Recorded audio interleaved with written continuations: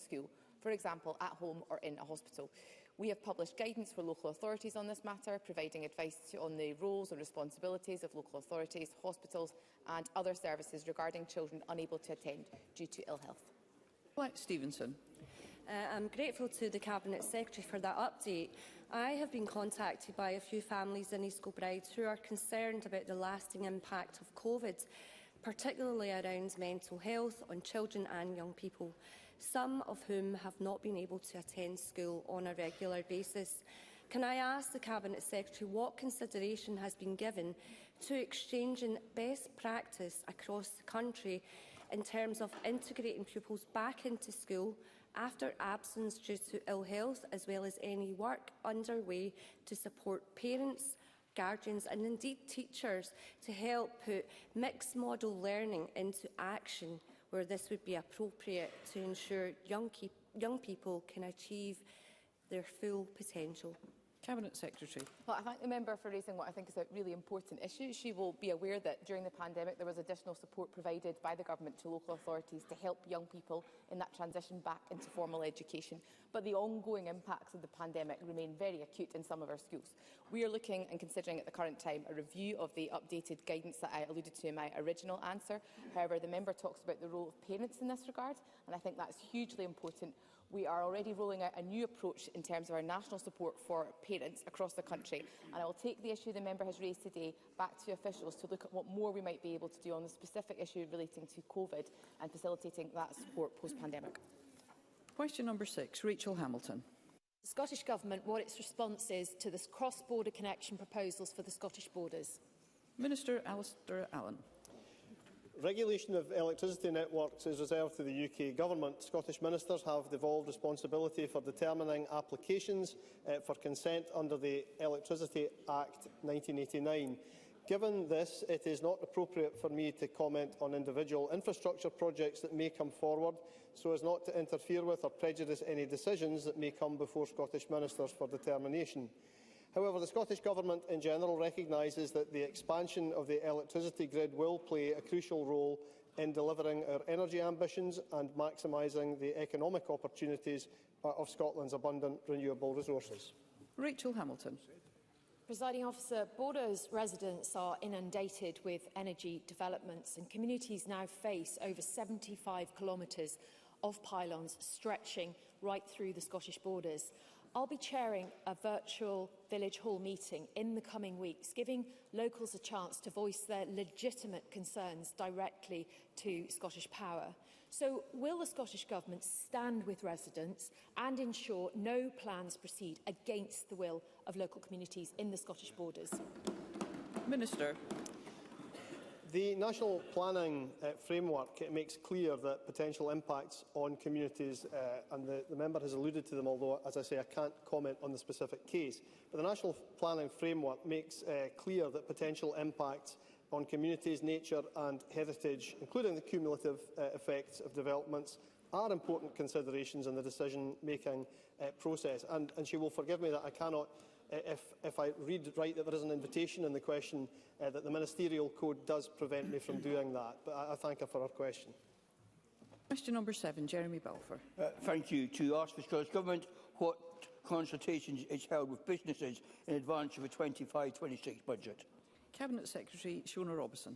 The Scottish Government has had a wide range of engagement at ministerial and official level to inform budget choices across all portfolios. This has included engaging with a number of business representative organisations and sector bodies and consideration of written representations received. Jeremy Balfour. Presiding Officer, the SNP Government do not understand business. Not my view, but the view of businesses across Scotland who feel the damage caused by years of SNP tax rises, anti-business regulations. If we want to see the Scottish economy grow, we have to support our businesses in that endeavour.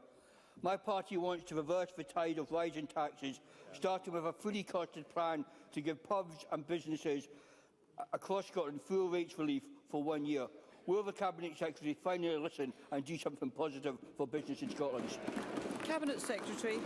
Well, firstly, I don't accept Jeremy Balfour's characterisation of that at all, because a number of measures in the current budget already benefit businesses and properties in the retail, hospitality and leisure sectors, including freezing the basic property rate and the most generous small business bonus relief across the UK. And we estimate that around half of properties in the retail, hospitality and leisure sectors will be eligible for 100% relief in 2024-25. And of course, decisions on non-domestic rates and reliefs for the 2025-26 budget will be considered in the context of the budget announcement next Wednesday. Question number 8, Bill Kidd. Thank you, Presiding Officer. To ask the Scottish Government regarding the potential impact on Scotland's finances, how much it estimates will be raised in increased taxes in Scotland in 2025-26 as a result of the UK autumn budget. Cabinet Secretary Shona Robertson. So Scotland faces more than £2 billion in higher taxes next year as a result of the UK Government's autumn budget, largely driven by higher employers' national insurance contributions. The impact of employers' national insurance contribution increases in Scotland is estimated to be around £750 million for the public sector and the wider sectors contracted to provide and support public services such as GPs, social care, early learning and childcare providers. The Scottish Council for Voluntary Organisations has also estimated that the third sector faces costs of around £75 million. The remainder of the employers' national insurance contributions increase will be borne by businesses across Scotland and will pose a serious challenge to many organisations and businesses. Before I move to Mr Kidd's supplementary, I am aware there are a number of conversations going on across the chamber. I'd be grateful if those could end. Bill Kidd. Thank you very much, Presiding Officer. As we know, a significant proportion of the higher taxes we're talking about come down to Labour's decision to increase national insurance contributions, as the Cabinet Secretary said. It's of deep concern that the UK Government now appears to be briefing that it will not cover the full cost of this national insurance increase to Scotland's public sector, which could potentially cost our public services hundreds of millions of pounds and who knows how many jobs. Can the Cabinet Secretary provide any update regarding what assessment the Scottish Government has made of the impact this short-sighted Labour decision could have on our public services? Cabinet Secretary. Well, if the figures that were reported this week are all that is provided, then that will mean that the Chancellor will be short-changing services that the public depend on by over £400 million. And that's a direct impact on GPs, social care, colleges, early learning and childcare, to name just a few. But of course, the UK Labour Government still has time to fix this and confirm that the full cost of their national insurance increase to the delivery of public services will be reimbursed, and we will be pursuing the UK Labour Government rigorously on that point. Thank you. That concludes general questions. The next item of business is First Minister's questions, and at question number 1 I call Russell Finlay. Thank you, Presiding Officer. Claire Ingalls was tortured and murdered in the home she shared with her young son. Her killer had been bailed from court 5 times despite dozens of convictions. Social services tried but failed to warn Claire that she was in danger. Claire's parents, Fiona and Ian, are still fighting for answers, and I previously raised their plight directly with this First Minister and his predecessor. They say we should not have to come to Parliament again, and on the 3rd anniversary of our beloved daughter's murder, to beg the First Minister for answers. We feel trapped and are unable to move on because we continue to be deprived of basic but vital information. So can the First Minister tell Fiona and Ian how much longer they must wait for the answers they deserve? First Minister. First of all, let me express to Fiona and Ian my deepest sympathies at the loss of their beloved daughter. I cannot imagine the pain and the suffering and the agony that they have endured. Mr Finlay is correct. He has raised this issue with me before, and as a consequence of that, and he and I have exchanged correspondence on this issue, we've taken steps to ask Stirling Council to undertake further examination and exploration of the issues involved, to engage directly with Claire's parents, and obviously we will discuss these issues in this exchange today, and I remain committed to making sure that the family receive the answers that they understandably deserve. Russell Finlay. Thank you. When I wrote to Mr Swinney on behalf of Claire's parents, he told me that he would reply soon and that was 4 months ago. Is that really good enough? And the Ingalls family are far from alone in being failed by the justice system. Also in the chamber today is Denise Clare, who was raped by David Goodwillie and David Robertson. No credible explanation has ever been given as to why the Crown Office did not prosecute. Frankly, the case stinks. Denise was forced to take civil action against the two men, and a judge agreed that she had been raped. She has since asked the government to fund a private criminal prosecution, but continues to be left in limbo. Denise has suffered for 13 long years, and here is her question to the First Minister. Will your government do the right thing and support the prosecution? First Minister. On the case of Claire Ingalls, I have engaged with Mr Finlay on this question, and we have made the request of Stirling Council to provide the satisfactory investigation that is required. But in the light of the exchanges that we've had today, I will look again at that issue to determine if there is further pressure we need to apply for Stirling Council to do exactly that. On the case of Denise Clare, obviously this is an issue which has been pursued through a civil action by Ms Clare, and the court has come to its judgment on that question. I am aware that she has made application for legal aid assistance to take forward, she's approached ministers for the steps necessary to ensure her case can be pursued as a private prosecution. That issue is being considered by the government. But I have to say to Mr Finlay today, I think the government has taken too long to consider the request that Ms Clare has made to us. And when I saw the news reports at the weekend, I asked for there to be greater urgency put into the engagement with her agents on this question, because I am dissatisfied with how long it has taken, and I express my apology through Mr Finlay to Mr Clare today. Russell Finlay. I'm sure Denise Clare will be pleased to hear that. And as Thomas Ross KC says, there's nothing complicated or complex about this decision. But we have the family of a murder victim who have no answers, and we have the double rape victim who has no answers. And it's actually typical of how victims are treated due to the SNP's weak justice agenda. The First Minister often cites judicial independence, but just this week he subverted judicial independence. 2 days ago, John Swinney and his colleagues sat right there, applauded themselves for passing a bad law to free thousands of criminals early from Scotland's prisons. This will result in more crime, more victims and more pressure on our police. Crucially, the SNP's new law does not give prison governors the power to block the release of those considered to be too dangerous. Why not? First Minister. Presiding Officer, I think there are. I understand the significance of the cases that Mr Finlay puts to me today, but there are some fundamental points I need to put on the record about these cases.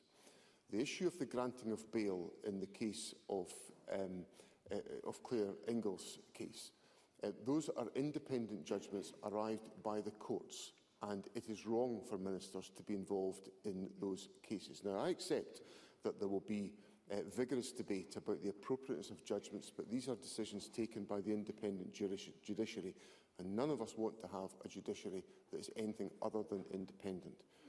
On the case of Denise Clare, there was a judgment arrived at by the Crown, who independently assessed the case for prosecution.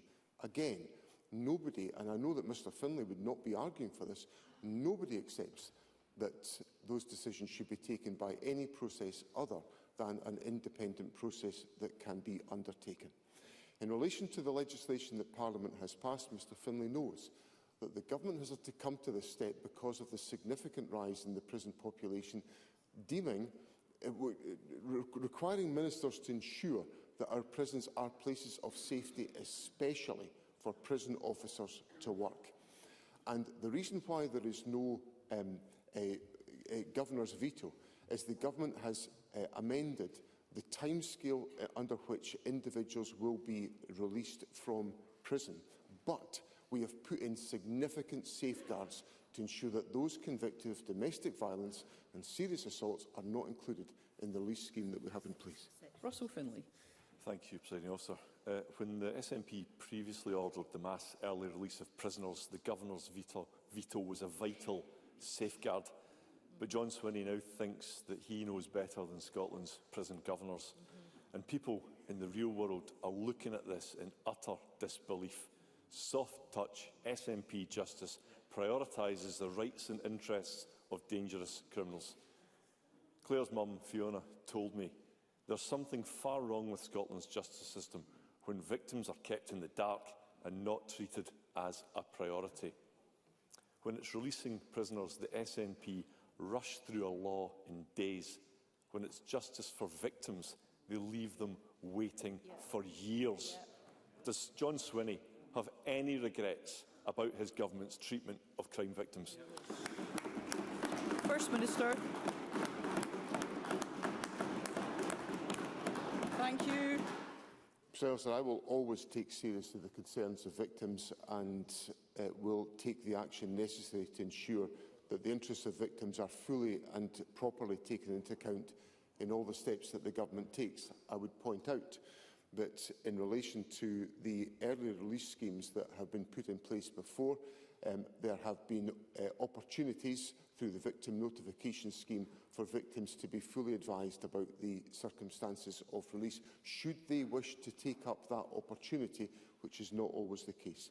Can I correct one of the points that I made in my earlier answer? I should have made reference to sexual assault as being the issue where constraints are applied in the legislation. And I don't think the characterisation that Mr Finlay expresses about mass early release is at all appropriate. The government took steps to ensure our prison system was safe for those who work in our prison system, just as Mr Finlay's colleagues in the United Kingdom did. But the difference with this government is that this government came to Parliament and set out its case and asked for parliamentary consent to approve the steps that the government was taking. That is what you do in a democracy. Yeah, absolutely. Question number 2, Anna Sarwar. Thank you, Presiding Officer. Yesterday, the Institute for Fiscal Studies published a devastating report on the state of Scotland's NHS under the SNP. They said, and I quote, "Performance in the Scottish NHS remains below pre-pandemic levels across many measures. Even more concerningly, many measures of performance have continued to worsen over the last year. Most damningly, they point out that although the NHS in Scotland has proportionally higher spending and more staff, recovery in Scotland's health service is lagging behind the NHS in England on every measure." So does John Swinney accept that SNP incompetence and mismanagement is bad for Scotland's health? First Minister. Presiding Officer, the National Health Service in Scotland relies upon the commitment and the contribution of thousands and thousands of members of staff, the length and breadth of the country, and I want to record my thanks to them for the work that they put in to ensure that we are well cared for in the National Health Service. The NHS is recovering from the COVID pandemic and we are making progress in that respect. We know that there is more work that has got to be done, but we have seen improvements in the latest quarter for information that is available, with reductions to the size of the waiting list seen in both diagnostics and inpatient and day case activity, as well as an improvement in cancer performance into the bargain. So I accept that there is work that remains to be done to improve the performance of the National Health Service, but the Government is putting the investment and the focus in to enable that to be the case. Anna Sarwar. Presiding Officer, it's not just patients being failed, it's staff being failed, so they will not take kindly to be used as human shields in the SNP government's defence. Because John Swinney can try and spin the facts all he likes, but the devastating incompetence of the SNP is clear to see. And towards the end, he was focusing on inputs. Actually, this government needs to focus on outcomes. Because on Tuesday, it was revealed that the number of patients stuck on an NHS waiting list for over a year has now risen to more than 100,000. And there are now more than 863,000 patients on an NHS waiting list. That's equivalent to 1 in 6 Scots.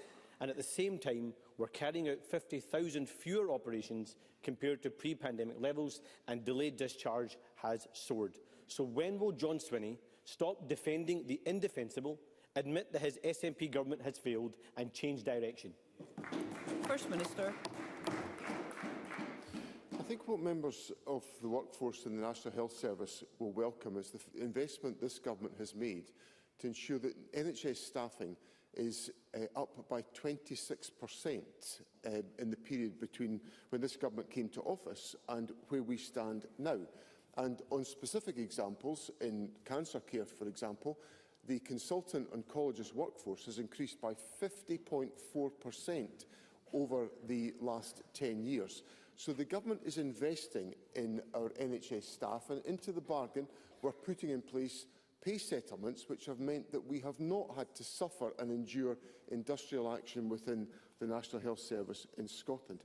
Now, I would point out to Mr Sarwar that the number of patient waits for one of the 8 key diagnostic tests at the end of September showed a decrease of 7.4%. And we also saw in the most recent data that 73.2% of patients were treated on time within the 62-day cancer waiting times, which is higher than it was in the previous quarter. So what I would say to Mr Sarwar is I'm the first to acknowledge that we have challenges in recovering from the COVID pandemic, but the government is making the investment and making the interventions to ensure that our National Health Service performs in a fashion that meets the needs of the people of Scotland. Anna Sarwar. That answer again demonstrates that the First Minister has his head in the sand. The IFS make the point.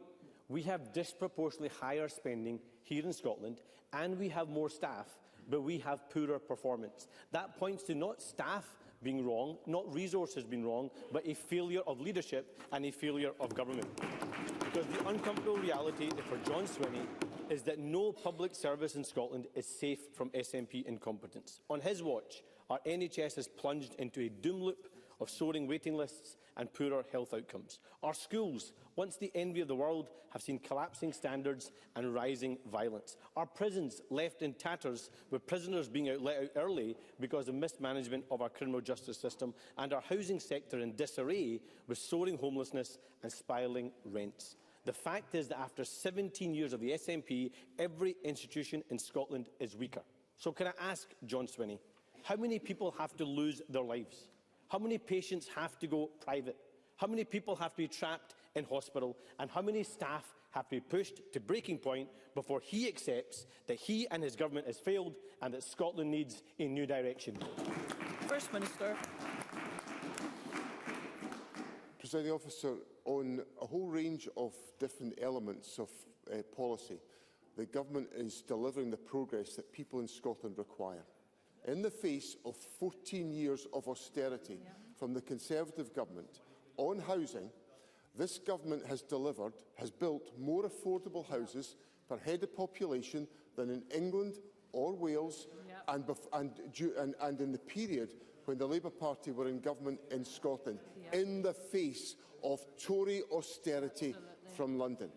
Now, if Mr Sarwar believes that the solution to all of our problems in Scotland is the election of a Labour government, I would ask him to go and have a conversation with pensioners in Scotland today. Because in the first few months of a Labour government, pensioners in this country have been betrayed by the Labour government, who promised change, and all they did was slash the financial support for pensioners in our country by cutting the winter fuel payments.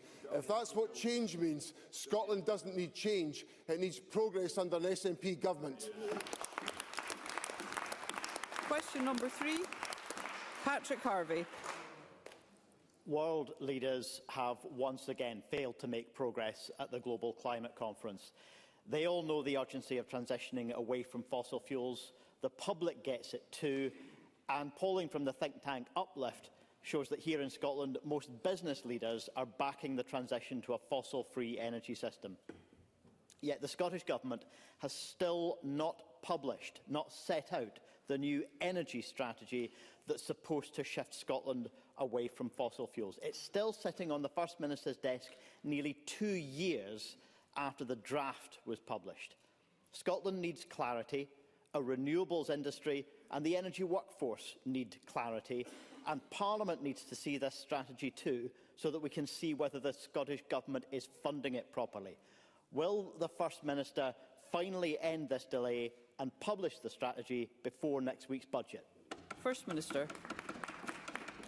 President Officer, the Government's direction on energy policy and on renewables is absolutely crystal clear, and it was demonstrated by the Green Industrial Strategy that the Government published, which gives all the certainty in the world about this Government's devotion and dedication to ensuring we make the transition to a green economy through the support of renewable energy in Scotland.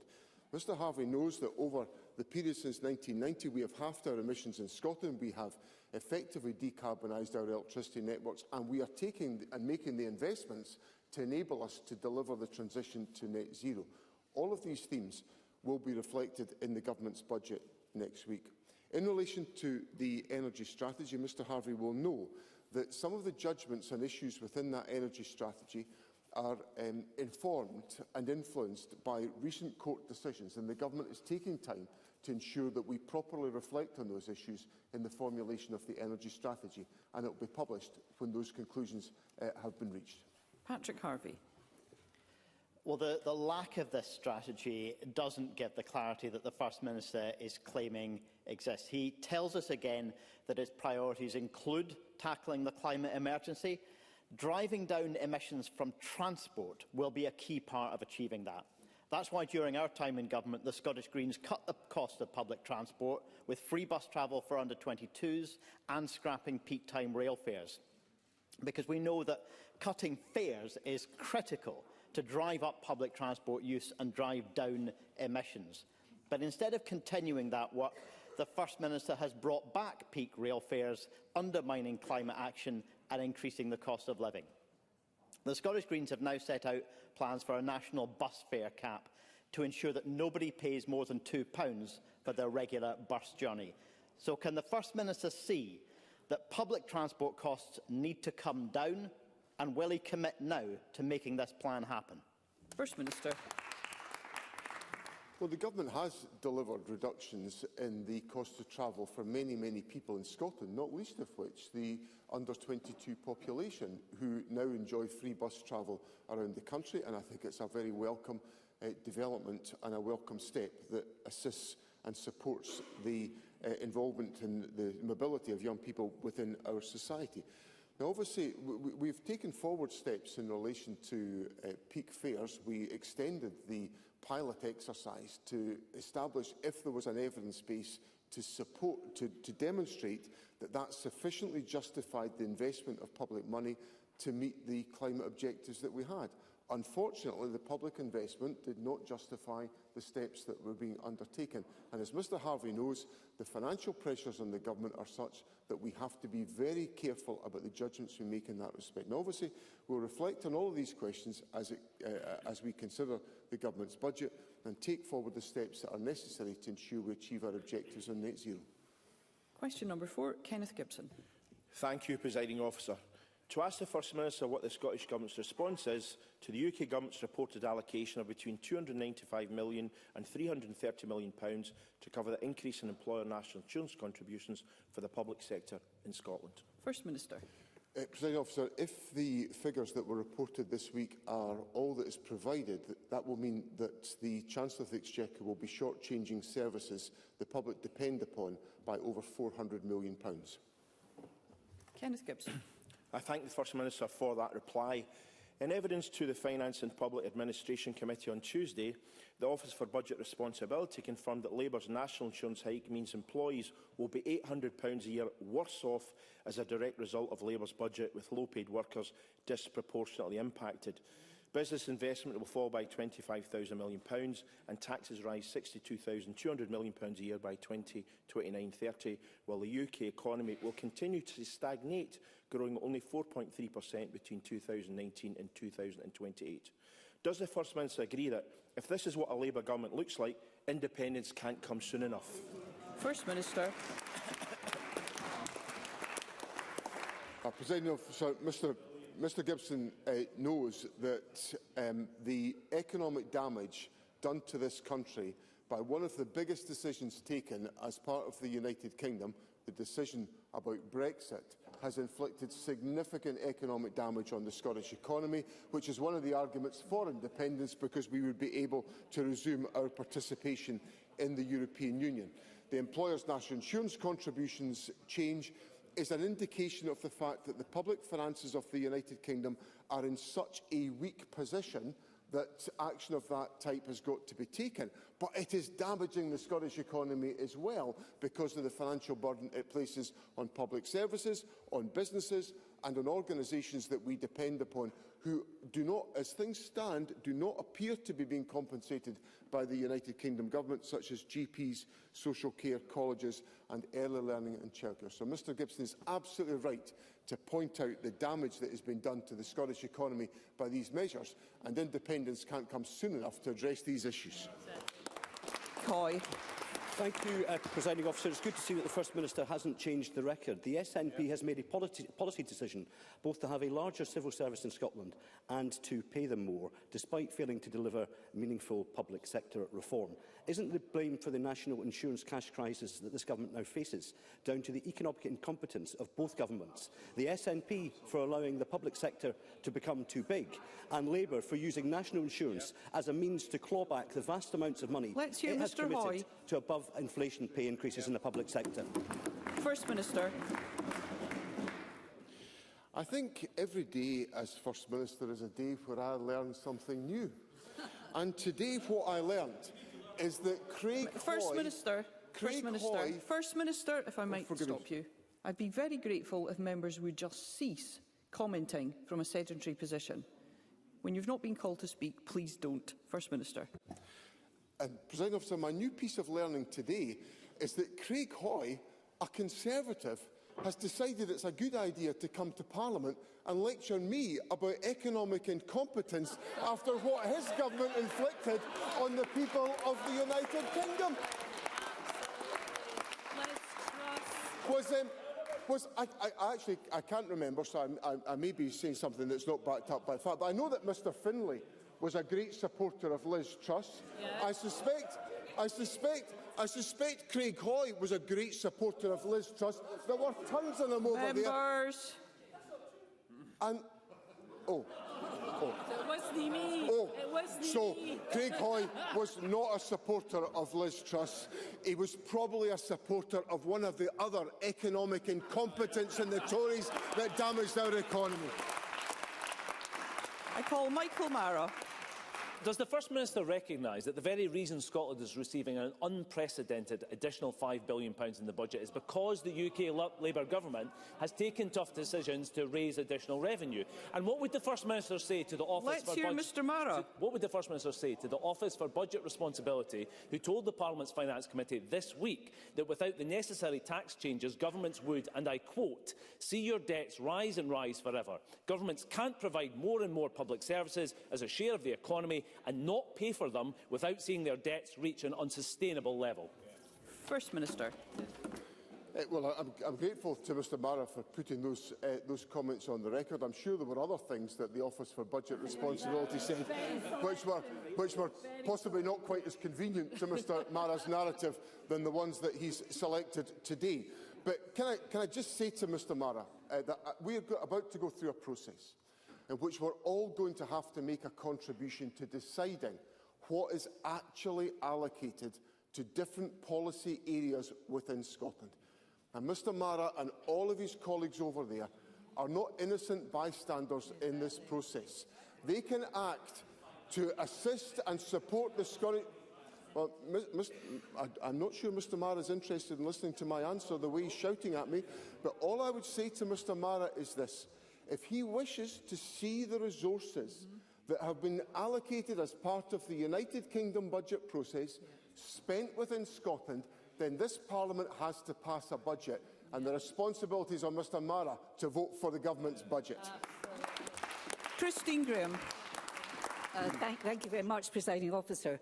Given that it is reported that the rise in national insurance contributions for employers will overwhelm the finances of charities, such as the SSPC, and I declare an interest as a member, with an estimated £400,000 per annum increased cost, twice the cost of feeding all the animals in their care, Have there been any discussions with the UK Government on the financial damage to the charitable sector in Scotland, such as the SSPC, because they cannot pass these costs on to anybody? They must cut what they deliver. First Minister.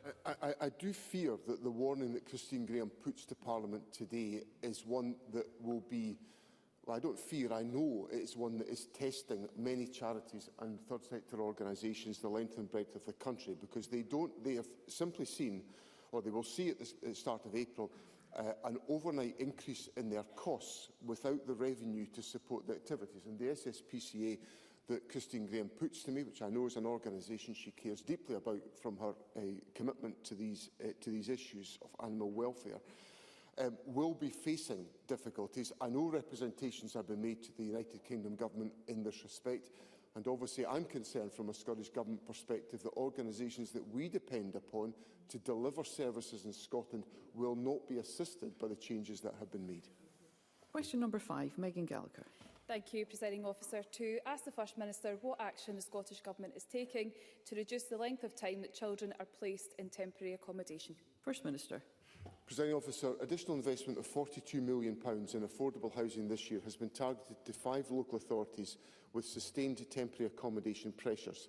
This funding is to increase the supply of social and affordable homes, including larger properties suitable for families, through acquisitions and bringing empty social homes back into use. This is, of course, in addition to the record funding of more than £14 billion that the Government is allocating to local authorities to deliver a range of services, including homelessness services. Megan Gallagher. In 2008, 9,535 people were living in temporary accommodation. In 2024, 16,330 people are living in temporary accommodation. This Government is presiding over disgraceful waits in temporary housing. One of the most appalling cases was a child spending over 7 years in temporary accommodation in Edinburgh, with another person spending close to 2,900 days without a permanent home. The SNP has been in power for 17 years, yet things go from bad to worse. Does the First Minister believe a child should spend 7 years in temporary accommodation? And when will this Government finally get a grip of this situation that should shame him and his Government? First Minister. President Officer, as I set out in my answer to Anna Sawar earlier on, in the face of 14 years of Conservative austerity, this Government has built an average of 7,750 affordable homes each year since 2007. That's an average of 40% more per annum than the period 1999 to 2007. It's 45% more affordable homes delivered per head of population than in England, and 70% more than in Wales during a period of intense austerity from the Conservative Government. Now, I don't want people to be living in temporary accommodation. That's why the Government is trying to take steps to improve the availability of rented accommodation. That's what will be part of the housing bill that Parliament considers this afternoon, and I hope Parliament will support the Government in the measures that we're bringing forward to strengthen and to expand housing stock in Scotland. Question number 6, Jackie Bailey. To ask the First Minister for what reason at least 69,000 patients reportedly waited more than an hour to be triaged in A&E departments in the first half of this year. First Minister. President Officer, it's important for me to stress that people who are seriously unwell or their condition is life-threatening, initial triage will have started by paramedics before they arrive at hospital, with A&E staff put on standby for the patient's arrival for an immediate further assessment. Nonetheless, any unnecessary delay is not acceptable, and we are working with NHS boards through our improvement programme to reduce delays at every part in the patient journey to minimise risk and improve patient outcomes. Bailey. Can I thank the First Minister for that answer? But the reality, as he knows, is that the longer people are forced to wait for that initial assessment, the greater the chance that their condition deteriorates. But this speaks to the bigger problem in our NHS. And Dr Fiona Hunter from the Royal College of Emergency Medicine in Scotland said that long waits for triage are yet another indicator of a system which is not functioning as it should. The IFS report demonstrated clearly that the NHS in Scotland is underperforming despite the hard work of the staff. The First Minister is not an innocent bystander. After 17 years in power, does the First Minister accept that it is his government that is failing our NHS, our hard-working NHS staff and the patients in Scotland? First Minister. Jackie Bailey will know that in accident and emergency departments, the length and breadth of Scotland, the performance across the whole country is better on 4-hour waits than in other parts of the United Kingdom. Now, it's not good enough, it's not where it should be, but it's better than other parts of the United Kingdom. Now, what we also have to focus on are some of the practical issues that affect that performance. Some of it is about the demonstration of demand, because we are dealing with an increasingly frail population made more frail by the consequences of the COVID pandemic. We are also dealing with acute intense activity within our hospital estate, which is why the government is putting such an effort into trying to reduce delayed discharge to ensure that we free up the opportunity for patients to make the journey through hospital care and to return to their homes where that is possible to do so. So these are the practical interventions that the government is making to address the situation and to ensure that our accident and emergency system and the initial assessment of patient condition can be undertaken as speedily and effectively as possible. Thank you. We move to constituency and general supplementaries. If we are all concise, we will be able to fit more members in. And I call Audrey Nicholl. Thank you, Presiding Officer. New research from PwC confirms Scotland is leading the UK in the creation of green jobs, with the number tripling since 2021. And this comes despite the news that Labour's big plans to create green jobs, with the promised 1,000 GB energy jobs in the North East, is now watered down to around 200 to 300 posts based in Aberdeen. So what steps is the SNP Scottish Government taking to deliver a just transition for the North East, as opposed to the empty promises we are hearing from the UK Government? First Minister. So, the Scottish Government is committed to facilitating a just transition for the North East of Scotland. We have committed to over £500 million of investment through the Just Transition Fund to support that journey, maintaining and creating jobs in low-carbon industries and contributing to the region's future prosperity. We've dedicated £11 million for a package of skills interventions, including the Energy Skills Transition Hub, for example, and allocated over £75 million to help projects and communities across the North East of Moray to create jobs, support innovation and secure the highly skilled workforce for the future. Thank you. Tim Eagle. Thank you, Presiding Officer. And can I quickly remind members of my register of interest as a farmer? Today, the NFUS have gathered hundreds of farmers from across Scotland outside of Parliament. Thousands more will be watching from all of our constituencies across Scotland. Whether it's due to Labour's cruel family farm tax, the lost or stolen Bew Review money, or the lack of commitment from this SNP government over multi-annual funding, farmers are worried about the future. They're worried about their own future, they're worried about their children's future, and they're worried about their businesses. All eyes are on Scotland for the budget. So what reassurances will the First Minister give today to all those farmers standing outside? First Minister.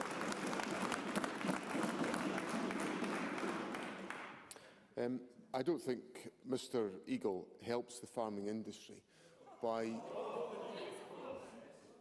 The First Minister. I don't think Mr Eagle helps the farming industry by using language like lost or stolen money. What language is that for a Member of Parliament to use? I've given a cast-iron commitment that the £46 million will be put into the rural affairs budget of the Scottish Government so that farmers can appreciate that investment. That is a commitment from me, and Mr Eagle should take it seriously. As for the inheritance tax changes, I am deeply troubled by what is happening as a result of these changes. I represent a large rural constituency with many involved in farming. The inheritance tax changes will be catastrophic for the sustainability of family farming. So the Cabinet Secretary for Finance and the Cabinet Secretary for Rural Affairs have both written to the United Kingdom Government to point out some of the issues which I think the UK Government has skated past in their rush to put this particular provision in place that will be deeply damaging to the farming industry. And for Mr Eagle to put any point to me about multi-annual funding when the Conservative government failed to deliver multi-annual year funding and inflicted the shambles of Brexit on the farming industry in Scotland is an absolute joke. Paul O'Kane.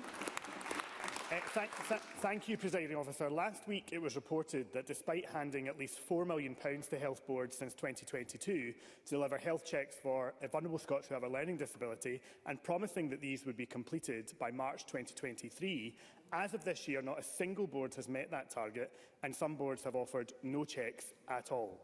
This week, the Equalities Committee was told by individuals who have a learning disability that they feel like they, quote, remain unheard and are not a priority for Scotland. So can I ask the First Minister, what has happened to that £4 million given to health boards for their unfulfilled promise? What is going to be done to rectify this failure? And will he now apologise to those vulnerable Scots with learning disabilities who have been let down by his government yet again? First Minister. I'm not familiar with the issue that Mr O'Kane puts to me today. If we've allocated £4 million to health boards, I would expect health boards to have followed up and delivered that and applied that. So I will investigate this in the light of the exchanges today, and I'll reply in full to Mr O'Kane. Adam. Thank you, Presiding Officer. This week marks the beginning of the global 16 Days of Activism campaign to tackle and prevent violence against women and girls. And this is key to creating a society where women and girls can live safely. With this in mind, can I ask the First Minister what action his government is taking to reduce violence against women and girls? First Minister. Presiding Officer, can I welcome the question from Karen Adam? I had the privilege on Friday to launch the 16 Days of Activism on Violence Against Women and Girls in Perth, in my home city, and to commit myself as a local Member of Parliament and as First Minister to take the necessary action to address this totally unacceptable curse in our society. What has got to change here is the behaviour and attitudes of men, and I commit in this Parliament to give the leadership necessary to ensure that is the case. And across government, the work that we take forward in our Equally Safe strategy is the focal point for our interventions to ensure this scourge is addressed. Murdo Fraser. Thank you, Presiding Officer. The well-known road safety campaigner Neil Gregg says that the Scottish Government's proposal to cut the single carriageway speed limit from 60 miles an hour to 50 miles per hour is a cheap gimmick which would do little to reduce death and injury. His words, not mine. What this would do is increase journey times and costs for many rural road users, including those who use key routes such as the A9 and A96. So instead of going down this route, why don't the Scottish Government improve road safety by finally delivering on its promise to fully dual both the A9 and A96? First Minister. So the Government remains committed to the dualling of the A9 and the A96 and are taking. Let us hear the First Minister. And are taking the practical steps to advance those projects. In relation to the questions on road speed, there is a consultation underway. The reason why we're having a consultation is that there are different opinions about how best to tackle this particular issue, because I am regularly pressed, as is the Transport Secretary, on the number of fatalities and accidents on our roads.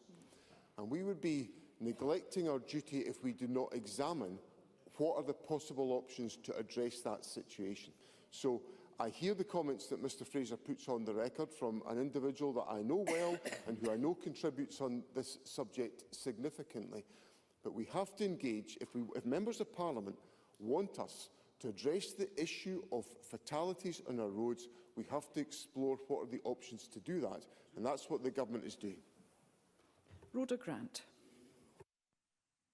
Thank you, Presiding Officer. The Scottish Human Rights Commission report into the economic, social and cultural rights in the Highlands and Islands makes desperate reading. It states that urgent action is needed regarding access to health care to eradicate ruthlessness and hunger in the region, and yet the Scottish Government has shelved its human rights bill. Can I therefore ask the First Minister whether he'll work with me to progress my member's bill to enshrine the right to food into Scots law in a bid to start addressing the report findings? First Minister. President Officer, the Government, of course, will engage with Rhoda Grant on her legislative proposal. In relation to the needs of individuals in rural and island communities, especially in the Highlands and Islands, the Government takes forward a range of interventions on healthcare, on transportation, on other aspects of public services, which are designed to address the challenges set out in the Human Rights Commission report, and that will remain the focus of the Government as we take forward our programme for intervention in Scotland. Joe Fitzpatrick. Officer, the latest figures from Social Security Scotland show that since their launch, the Scottish Government's 5 family payments have paid over £1 billion to families across Scotland to help end child poverty. Meanwhile, the Labour UK Government at Westminster is maintaining the cruel 2-child cap, which has forced thousands more children into poverty since Labour came to office, including in my Dundee City West constituency. Can the First Minister say more about the actions the Scottish Government has taken to tackle poverty against the backdrop of disastrous Westminster policy making? First Minister. Presiding Officer, modelling that was published in February this year estimated that Scottish Government policies would keep 100,000 children out of relative poverty this year, including keeping an estimated 60,000 children out of relative poverty through investment in our Scottish Child Payment alone. Our 5 family payments are providing financial support to families which could be worth around £25,000 by the time an eligible child turns 16, compared to less than £2,000 south of the border. And on the question of the 2-child limit, I am deeply concerned that that remains part of the welfare system within the United Kingdom. I'm stunned that our incoming Labour Government has not removed that anachronism from the welfare system because it is condemning more and more children to live in poverty, and it should have been one of the first actions of a Labour Government to remove that cap. Absolutely. Beatrice Wishart. Thank you, Presiding Officer. 2,000 patients of the Lerwick dental practice have been notified by text that they will be deregistered and will be left without care by early next year. Another 4,000 patients are at risk of deregistration. Just this morning, I heard from a constituent, one of those 2,000 patients, who says, and I quote, "I'm in tremendous pain with toothache and on phoning the dentist for emergency treatment, as this is all I can access now. I eventually got through, only to be told they'd see what they could do and phone me back." She's still waiting for the call back. It's clear the independent high street model of dentistry is failing NHS patients, and in Shetland disproportionately so, as there's no alternative. Talk of long-term strategies does little to ease the agony for patients with toothache. So does the Scottish Government agree that everyone in Scotland should be able to access routine NHS dental care? And if so, will the First Minister ensure that the model of delivery is re-examined, as the current system is quite clearly failing my constituents in Shetland? First Minister. President Officer, I've been briefed by officials on this developing situation in Shetland, and I understand that my officials have met with the board to discuss this as a matter of urgency. The latest news is undoubtedly a regressive step, and the Public Health Minister will be overseeing through officials that appropriate mitigations are in place to ensure that the legitimate aspirations that Beatrice Wishart has put to me today are fulfilled for her constituents in the Shetland Islands. So this will be an issue that will have the focused attention of the Public Health Minister, who will be happy to engage with Ms Wishart on this question. Thank you. That concludes First Minister's questions. The next item of business is a members' business debate in the name of Christine Graham, and there will now be a short suspension to allow those leaving the chamber and public gallery to do so.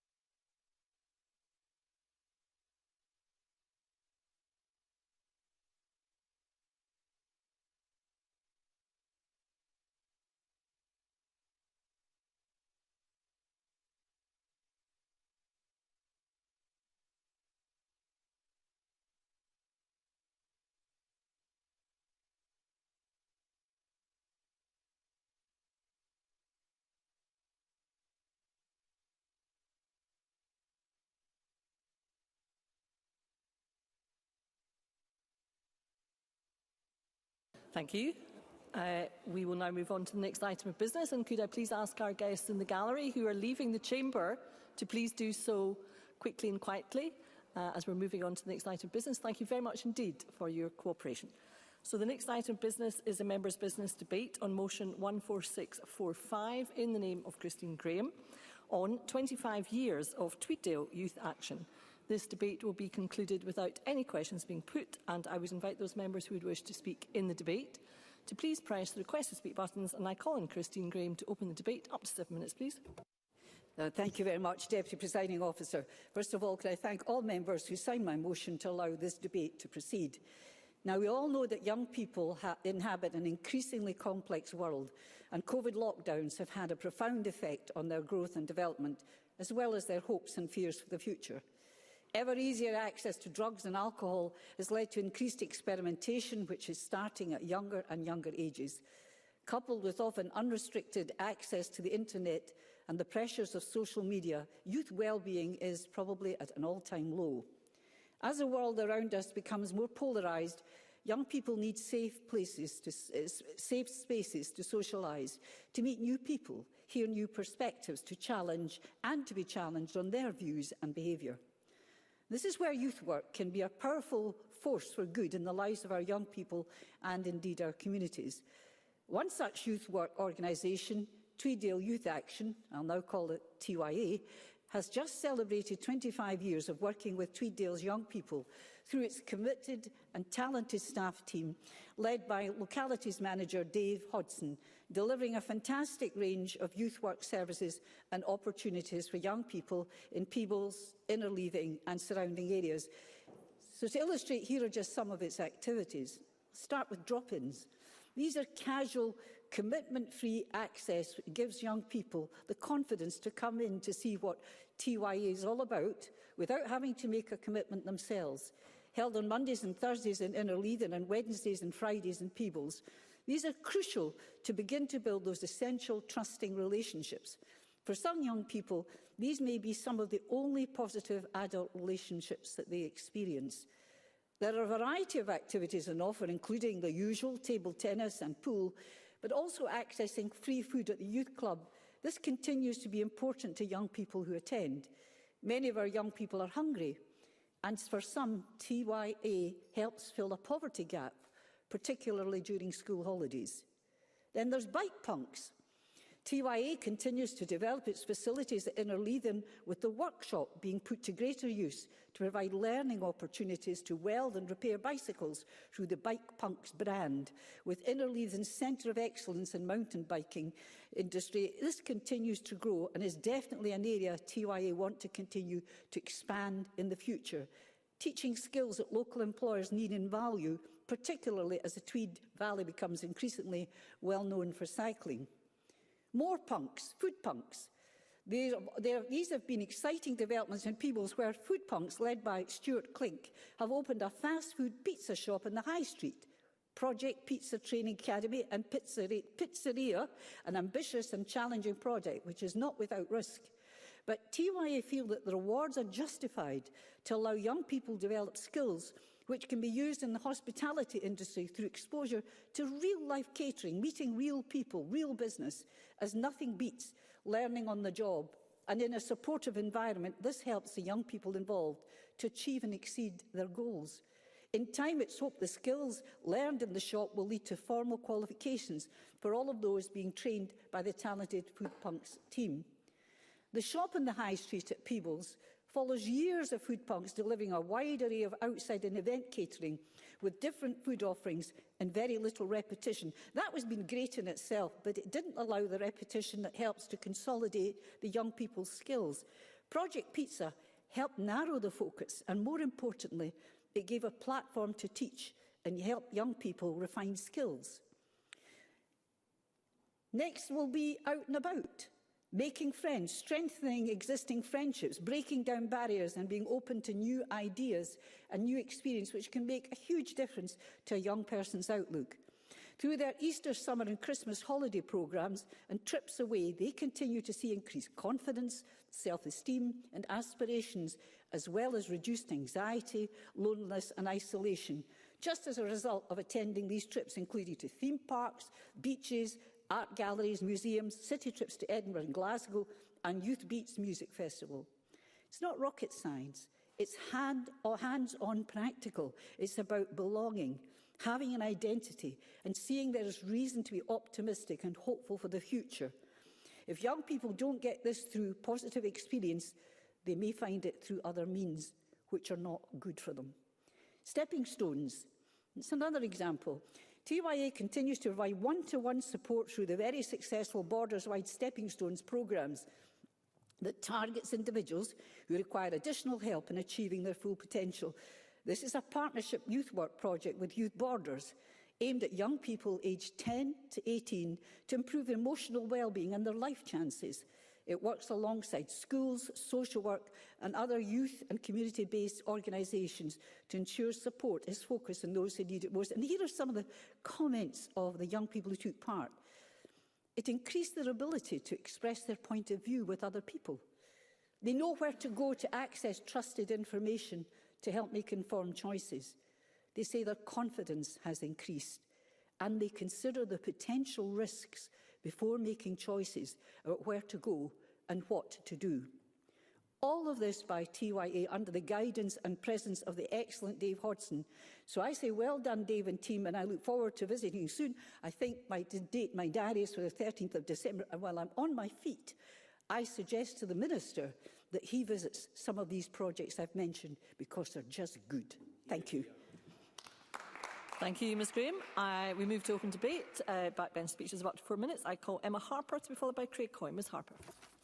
Thank you, Presiding Officer. I welcome the opportunity to speak in this debate and congratulate Christine Graham on securing it.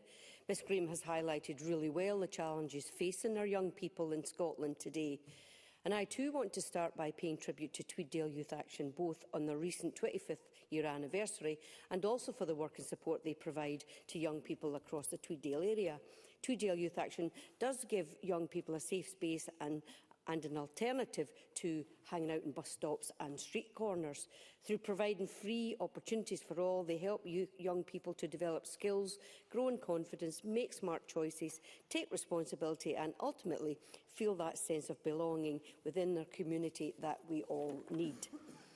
I was particularly interested to read that the charity has converted an empty People's High Street shop into a new Food Punks Project pizza facility, as Christine Graham has described. And members might know that I've raised the issue of action that needs to be taken on vacant, abandoned and derelict buildings. So converting an empty High Street shop is really, really good to see. Presiding Officer, as well as Tweeddale Youth Action, there are a number of other organisations carrying out similar work across other parts of the country, including in Dumfries and Galloway in my South Scotland region. Dumfries and Galloway's Council Youth Work Service is an integral part of the Council's Education, Skills and Community Wellbeing Directorate and operates under 5 overarching principles and priorities. These are community-based youth work in schools, youth democracy and participation, wider achievement and accreditation, and lastly, support to and collaboration with the third sector.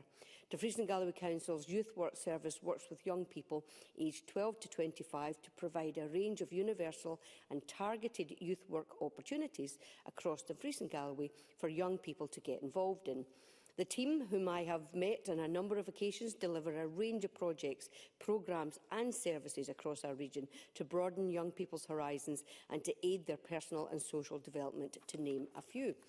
Some of the awards and achievements that the team offer include John Muir, Saltire, High Five Dynamic Youth and Youth Achievement, that's part of the Youth Scotland Awards, Heritage Hero, Participative Democracy Certificate and Duke of Edinburgh Awards. And I know how valuable these awards can be for young people who take part. Presiding Officer, one of the pieces of work carried out by Dumfries and Galloway Youth Work, which aimed to directly give young people a voice, was the 10,000 Voices Action Project, which then led to the published 10,000 Voices report. 10,000 Voices in Action is a project focused on enabling young people to use their voices to have autonomy to have autonomy over their own funding, and young people decide who receives the funding. The youth action groups are made up from young people in every area across Dumfries and Galloway who will be coming together virtually to explore what are the issues within their community and how do they want those issues solved. Of the 14 questions asked, the highest scoring responses across the region were in relation to young people feeling safe in their community, being able to regularly experience good quality natural spaces, and that young people felt that they should easily walk and cycle around their local area. Interestingly, the report also showed that many young people wished to stay in the region but were concerned that no employment opportunities would be available. And I know there is ongoing work to resolve this. So finally, Presiding Officer, I would be one of the members that would invite the Minister to consider meeting Dumfries and Galloway to meet the young people at the team and the youth work service. I again welcome this debate proposed by Christine Graham and all the work which is underway to support our young people in Scotland, and I'm looking forward to attending the Youth Awards ceremony this evening in Dumfries at Easterbrook Hall. Thank you, Presiding Officer. Thank you, Ms Harper. I call Craig Hoy to be followed by Martin Whitfield. Mr Hoy. Thank you, Deputy Presiding Officer. And can I congratulate Christine Graham on bringing this debate to Parliament debate. Ms Graham and myself do seem to be appearing on stage and on screen as a regular duo at the moment. I'm not sure if we're Romeo and Juliet or Hinge and Bracket. I will leave others to determine that. But like Christine Graham, I have recently also visited Tweeddale Youth Action to learn more about their important work. And I visited also a couple of years ago with one of my council colleagues to see the Youth Drop-In Centre in action. And I had the pleasure 2 weeks ago of popping in to Food Punks to see their new People's High Street pizza parlour in action, and to meet with Stuart Clink and Dave Hodson, just to see their commitment, which is invaluable. In a sense, they have become like rock stars in their own community, because, as Stuart said, some of the young people, as Christine Graham alluded to, have not and do not have that meaningful contact with adults in a constructive way. And it was great to see that in action. The premises have got a really cool and smart interior for a younger generation, but if anyone is visiting Peebles or lives in Peebles in the Tweeddale area, I would encourage them to visit Food Punks. They have a fantastic meal deal offer, and it is high-quality ingredients as well. But it's not just about appearances. The whole shop is a safe, inspiring and creative environment where the young people themselves can express themselves, ask questions, be themselves and learn in a welcoming and friendly environment. Now, through Food Punks, young people from across Peebles are receiving invaluable mentorship, a kind of mentorship that they may not have got in a traditional learning environment. And Stuart and Dave are very clear that this is an alternative route for children who may have been failed through other routes and traditional methodologies. They provide real-world, hands-on experiences, which will be, I think, for many of the young people, transformative, developing skills that can be taken not just around the United Kingdom, that could take some of those young people around the world. And I think we should learn from those kinds of projects, because they do shine a light on how, for a relatively small number of people, life could be very difficult if they relied simply on traditional educational pathways. So this kind of practical learning is exactly what some young people need to thrive. Now, it's also an opportunity for young people to gain confidence, to engage with members of the public, to acquire those important practical skills, but also to develop, and I think this is a point that Stuart and Dave recognised, for those young people to become part of a team, something that they may not have experienced in their life before. Now, hospitality is a hugely rewarding industry, and it is one that is not celebrated enough. And there are different pathways into hospitality, and I think it is important that we recognise that this kind of model minister could be a unique but very fulfilling route for young people who might otherwise go in a different direction to start out on a rewarding and a potentially long-term career. It is also, I think, a model that the Scottish Government and other governments should look to put funding